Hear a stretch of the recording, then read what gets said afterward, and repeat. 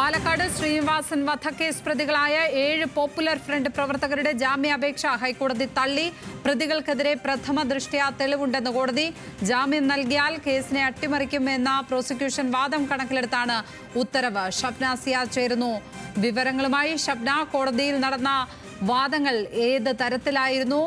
7 popular front പ്രവർത്തകരുടെയും ജാമ്യാപേക്ഷ തള്ളിക്കൊണ്ടുള്ള ഉത്തരവിൽ കോടതി എന്തൊക്കെ കാര്യങ്ങൾ പറയുന്നുണ്ട്? 2022 ഏപ്രിൽ 16 RSS നേതാവായിരുന്ന A. ശ്രീനിവാസൻ കൊല്ലപ്പെടുന്നത്. പോപ്പുലർ ഫ്രണ്ട് നേതാവ് സുബൈറിനെ കൊലപ്പെടുത്തിയതിന് പ്രതികാരമായിട്ടാണ് തൊട്ടടുത്ത ദിവസം ശ്രീനിവാസനെ കൊലപ്പെടുത്തിയത് എന്നാണ് പോലീസിന്റെ കണ്ടെത്തൽ. പിന്നീട് ഈ കേസ് NIA ഏറ്റെടുക്കുകയായിരുന്നു. ഇത്തരത്തിൽ NIA ഏറ്റെടുക്കുകയും ഇതിൽ നിരവധി ആളുകൾ പ്രതിയാക്കുകയും ചെയ്തിരുന്നു. ഇതിൽ 17 പേർക്ക് ആദ്യഘട്ടത്തിൽ ഹൈക്കോടതി ജാമ്യം അനുവദിച്ചിരുന്നു. ഇവർക്ക് ജാമ്യം അനുവദിച്ചതിനെതിരെ NIA സുപ്രീം കോടതിയെ സമീപിക്കുകയും സുപ്രീം കോടതി ഇന്ന് രാവിലെ, അതായത് ഇന്ന് തന്നെ സുപ്രീം കോടതി വിഷയം പരിഗണിച്ചു. സുപ്രീം കോടതി ഈ വിഷയത്തിൽ നിലപാടെടുത്തത് ഹൈക്കോടതിക്ക് പിഴവ് പറ്റി, ഈ 17 പ്രതികൾക്ക് ജാമ്യം നൽകിയതിൽ പിഴവ് പറ്റി എന്ന് സുപ്രീം കോടതി പറഞ്ഞിരുന്നു.